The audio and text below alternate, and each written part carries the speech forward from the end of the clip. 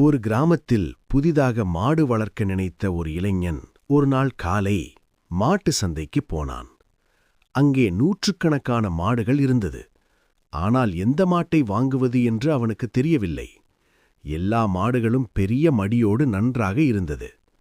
அவன் குழப்பத்தில் நின்றபோது அருகிலிருந்த ஒரு வயதான விவசாயி கேட்டார், "மாடு வாங்க வந்திருக்கியா?" இளைஞன் சொன்னான், "ஆம், ஆனால் நல்ல மாடு எது என்று தெரியவில்லை." அப்போது அந்த விவசாயி சிரித்தார். "நல்ல மாடு தேர்ந்தெடுக்க 5 அடையாளம் தெரிந்திருந்தால் போதும்" என்றார். "தெய்வம் போல் வந்தீர்கள் ஐயா, தயவு செய்து சொல்லிக் கொடுங்கள்" என்றான். முதலில் அவர் மாட்டின் வாயை பார்த்தார். "பார், 2 அல்லது 4 பல்லுடைய இளம் மாடுகளை தேர்ந்தெடு. அதுதான் இன்னும் பல வருடங்கள் பால் தரும்." பிறகு அவர் மாட்டின் முதுகை காட்டினார். "நன்றாக பார், முதுகு பட்டையாக இருக்கும். இரட்டை முதுகு உள்ள மாடுகள் பொதுவாக வலிமையானவை." அதற்குப் பிறகு மாட்டை நடக்க வைத்தார். "கவனமாக பார், பின்னங்கால்கள் ஒன்றோடு ஒன்று உரசக்கூடாது. அப்படி உரசினால் பெரும்பாலும் தோள்மடி உள்ள மாடுகளாக இருக்கும்."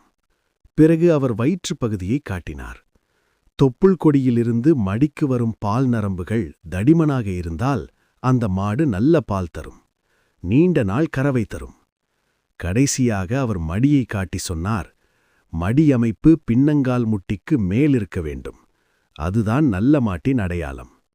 இந்த 5 விஷயங்களையும் பார்த்து வாங்கு, நீ நல்ல நிலைமைக்கு வருவாய்" என்று சொன்னார். அந்த இளைஞன் அந்த 5 விஷயங்களையும் கவனித்து ஒரு மாட்டை வாங்கினான். சில மாதங்களில் அந்த மாடு தினமும் நல்ல பால் கொடுக்க ஆரம்பித்தது. அப்போது அவன் உணர்ந்தான், பால் பண்ணை தொழிலில் மாடு வாங்குவது முக்கியமில்லை, சரியான மாடு தேர்ந்தெடுப்பதுதான் முக்கியம்.